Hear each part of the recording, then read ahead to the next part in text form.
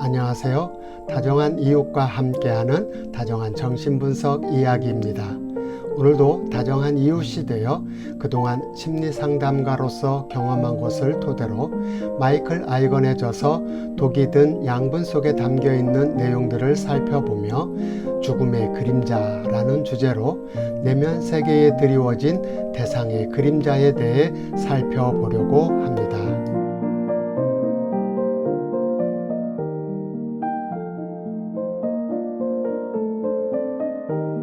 한 젊은 아가씨 H는 우울과 불안에서 벗어나고자 상담을 요청해 왔습니다. H는 그동안 우울증이란 진단을 받고 정신과 약물 치료를 받아왔었습니다. H는 약물의 도움을 받는 순간에는 마음이 편안해지는 것 같았지만 근본적으로 자신을 둘러싸고 있는 우울감에서는 크게 벗어날 수 없었습니다.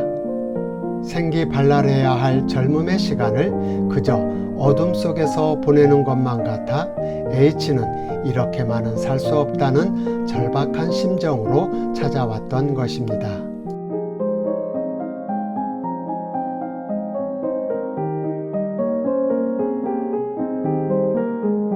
상담 과정에서 H는 사건을 중심으로 한 일상적인 대화에서는 막힘없이 술술 자신의 생각을 자유롭게 표현할 수 있었습니다.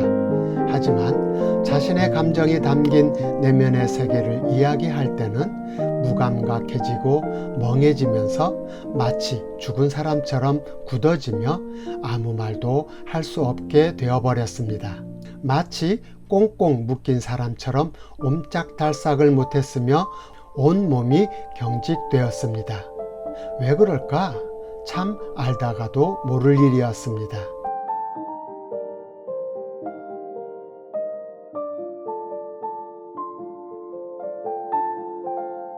H의 발달사의 특징을 잠깐 살펴보면 아버지는 따뜻하고 자상한 분이셨지만 주말 부부로 집을 떠나 생활했기 때문에 가까이 할 수 없는 분이었으며 어머니는 차갑고 강압적인 분으로 늘 요구적인 분이었고 자기 중심적인 사람이었습니다. 또한 감정의 기복이 심한 사람으로서 H를 매우 혼란스럽게 만들었으며 무엇보다도 H에게 살아있음이 죄책감으로 느끼도록 강한 상처를 주었습니다. 따라서 H는 나는 이 세상에 태어나지 말았어야 했어 라며 늘 자신의 존재감을 지워버리는 생각 속에 빠진 채 성장했던 것입니다.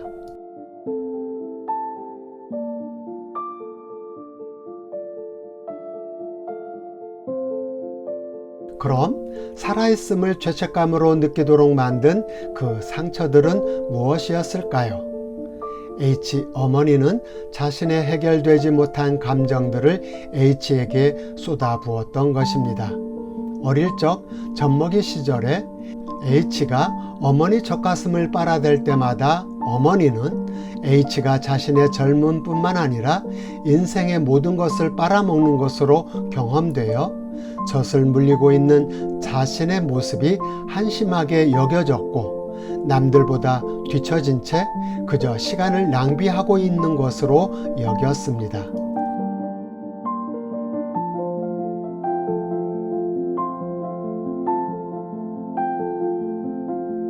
그러나 한편으로는 남들보다 자식을 잘 키웠다는 이야기를 듣고 싶었고 또 좋은 습관을 들여야 한다는 나름의 합리적인 생각 속에 아이의 생리적인 리듬을 중요하게 생각하기보다는 자신의 편리를 따라 엄마가 짜놓은 규칙적인 시간에 맞춰 젖을 물렸으며 또 손탄다는 즉 버릇 나빠진다는 생각으로 아기 때 애착 형성에 절대적으로 필요한 스킨십을 허용하지 않았던 것입니다.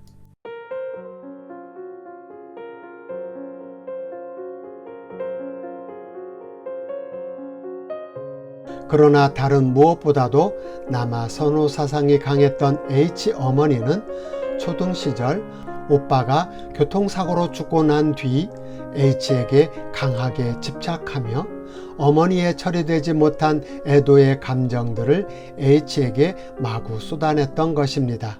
그때마다 H는 죽은 오빠와 동일시한 채 오빠의 죽음이 자신의 잘못으로 인해 벌어진 일로 여기며 살아있음을 죄책감으로 느끼고 자신은 사라져야 할 존재로 경험했던 것입니다. 그리고 살아가는 것에 흥미를 잃고 마지못해 또 죽지 못해 살아가는, 살아있어도 마치 죽어있는 것처럼 살아갈 수밖에 없었던 것입니다.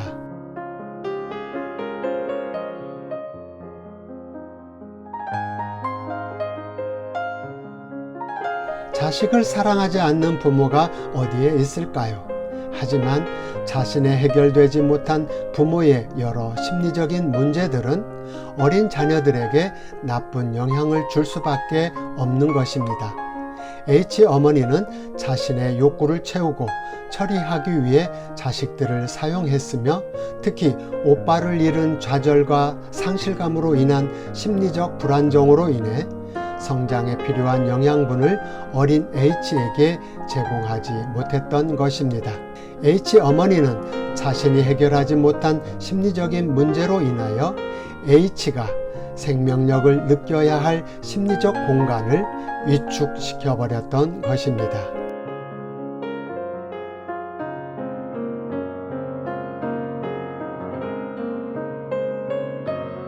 이렇게 성장한 H는 어머니를 경험할 때 질식당하는 느낌이 강했으며 그것이 자신의 신체 형성에도 영향을 주어 한눈에 봐도 위축되고 주눅들어 있는 사람처럼 보였습니다.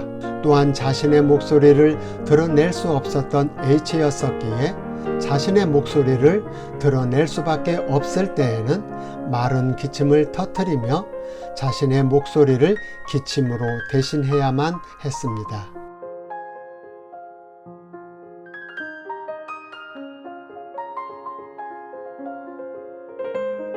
이런 성장 배경을 갖고 있었던 H는 오빠의 죽음이 자신의 잘못 때문에 생긴 것으로 생각하는 가혹하고 처벌적인 죄책감이 마음 안에 자리를 잡았고 자신의 살아있음이 너무 무거운 짐이 될 수밖에 없었습니다. 따라서 H는 자신이 살아가야 할 이유를 오빠를 대신해서 살아가야만 하는 왜곡된 자아상을 형성하며 성장했던 것입니다.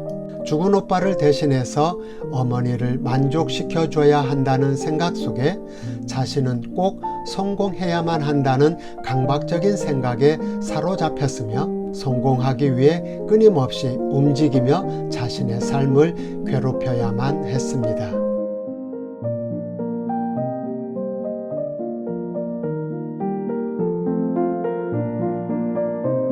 이런 특성으로 인해 사회적으로는 성공한 사람처럼 일찍 자리를 잡았지만 혹시라도 H에게 잠시 홀로 있는 여백의 시간이 주어지기라도 하면 자신에게 주어진 심심함의 시간이 극심한 불안으로 경험되었습니다. 그 시간은 바로 내면에 짙게 드리워진 죽은 오빠를 만나는 시간이 되었기 때문이었습니다.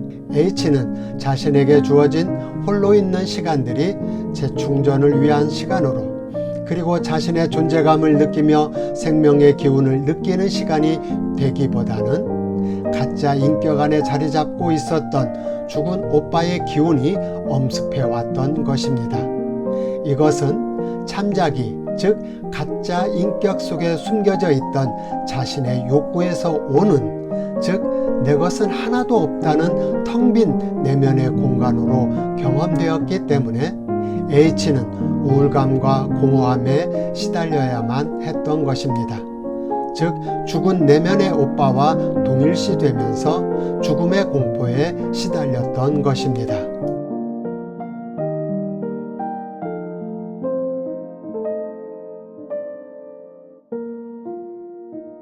이런 자신에 대해 H는 자신이 태어날 때부터 태생이 그런 것으로 자신은 유전자적으로 타고났기에 어쩔 수 없는 것으로 생각했습니다. 그래서 너무 쉽게 자신의 행복감을 포기하고 우울감에 익숙해졌으며 신나는 일이 주어질 때면 그것은 자신에게 맞지 않는 것으로 생각했습니다. 하지만 서로 타고난 H에게 유전인자에 문제가 있었다 하더라도 환경과 현실에 적응해야 하는 자신의 발달 과업은 자신에게 주어진 것이고 주어진 생명을 살아내야 하는 것은 H 자신에게 있었던 것입니다.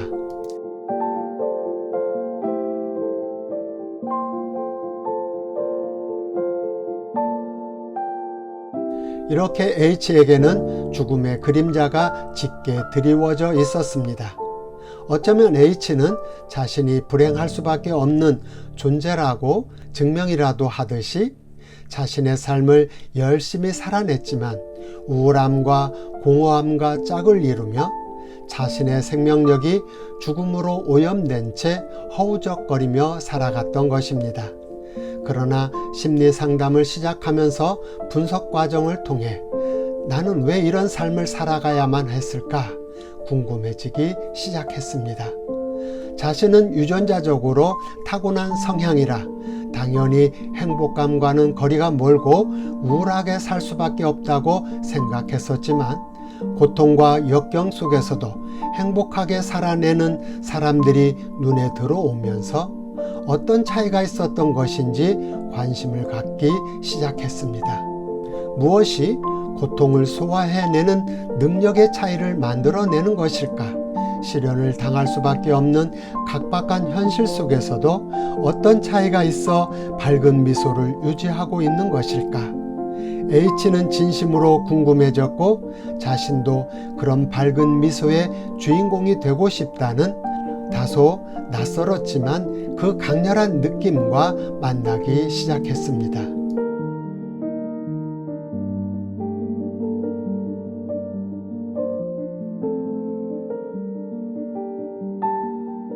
그리고 자신에게 숨겨져 있던 생명력의 기운을 찾기 시작했습니다.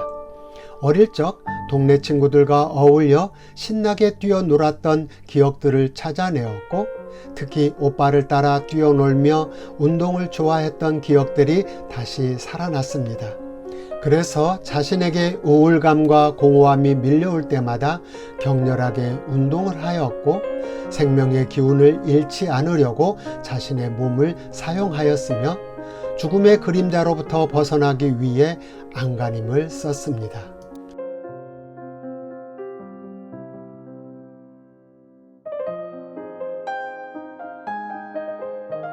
그러나 너무 오래도록 우울감과 공허함에 젖어 있었기 때문에 H는 부정적 정서 상태에 머물러 있는 것이 만성화되어 있었습니다.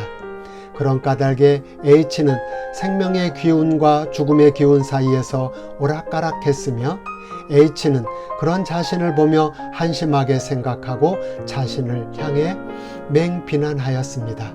내가 그렇지 뭐. 애쓰고 있는 자신을 향해 회의적인 태도를 보이며 또다시 난 태생적으로 어쩔 수 없는 존재야 로 인식하려고 하였습니다.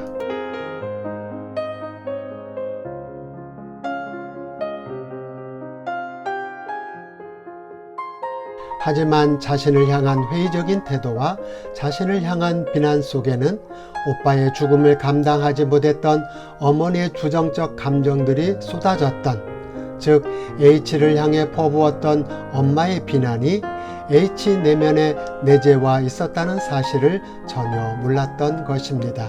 오빠의 죽음의 그림자가 H 내면에 드리워져 있었듯이 어머니의 비난의 그림자도 H 내면에 드리워져 있었으며 H 내면 세계 속에 자리 잡고 있었던 비난의 대상은 H를 향해 비난하며 조금씩 자라나는 H의 생명의 기운을 잠식시켜버리고 있었던 것입니다.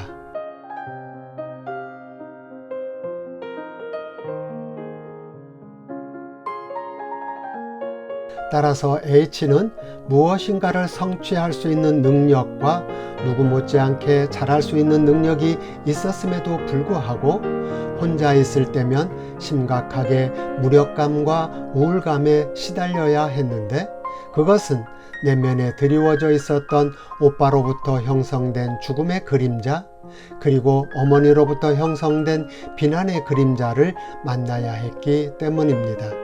따라서 H는 혼자 있는 것을 두려워하며 쉴 틈 없이 일에 빠지거나 정신줄을 놓기 위해 사람들과 어울리며 술 파티를 벌여야만 했습니다.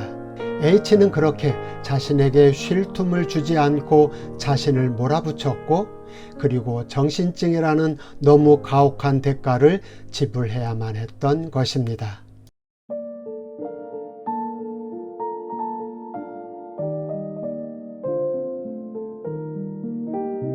심리상담은 참 어렵습니다. 분석의 과정을 통해 죽음의 그림자, 그리고 비난의 그림자를 만나야 하는 고통의 작업이 따르기 때문입니다. 특히 분석의 과정이 어머니의 비난과 맞물리며 비난으로 경험되는 전이라고 하는 내면 대상의 재경험이 발생되기 때문에 내담자들은 심리상담 분석 과정에서 수치감을 강하게 경험하기도 합니다. 그런 까닭에 심리상담을 통해 치료적 효과를 얻는 과정에는 많은 심리적 장애물이 발생될 수밖에 없습니다. 따라서 심리상담은 바로 이 장애물을 이겨내야만 하는 과제가 있으며, 함께 이 고통으로부터 이겨내는 과정이 심리상담이라 할 수 있습니다. 여기까지 죽음의 그림자라는 주제로 내면 세계에 드리워진 대상의 그림자에 사로잡혀 얼마나 큰 고통을 겪는지, 그리고 대상의 그림자로 인해 삶에 어떤 영향을 받고 있는지, 또 심리상담 과정에서 어떤 장애가 발생되고 있는지, 그 심리적 역동과 치유적인 의미를 살펴보았습니다. 다음 시간에는 다른 주제와 내용으로 만나 뵙도록 하겠습니다. 좀 더 자세한 내용을 알고 싶은 분은 한국심리치료연구소에서 2009년도에 발간된 마이클 아이건의 독이 든 양분을 보시면 도움이 되겠습니다. 아울러 정신분석에 대해 좀 더 알고자 하시는 분은 대전사회복지실천연구소에서 진행하는 공개 강좌에 참여하시면 되겠습니다.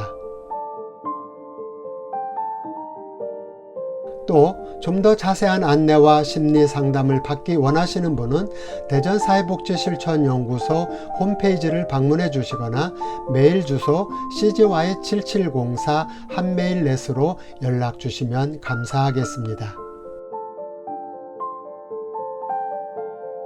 본 내용이 유익하다고 생각하신다면 선한 영향력이 주변에 퍼져나갈 수 있도록 도와주시길 부탁드리며, 가까운 분들에게 공유를, 그리고 구독과 알람 설정을 부탁드립니다.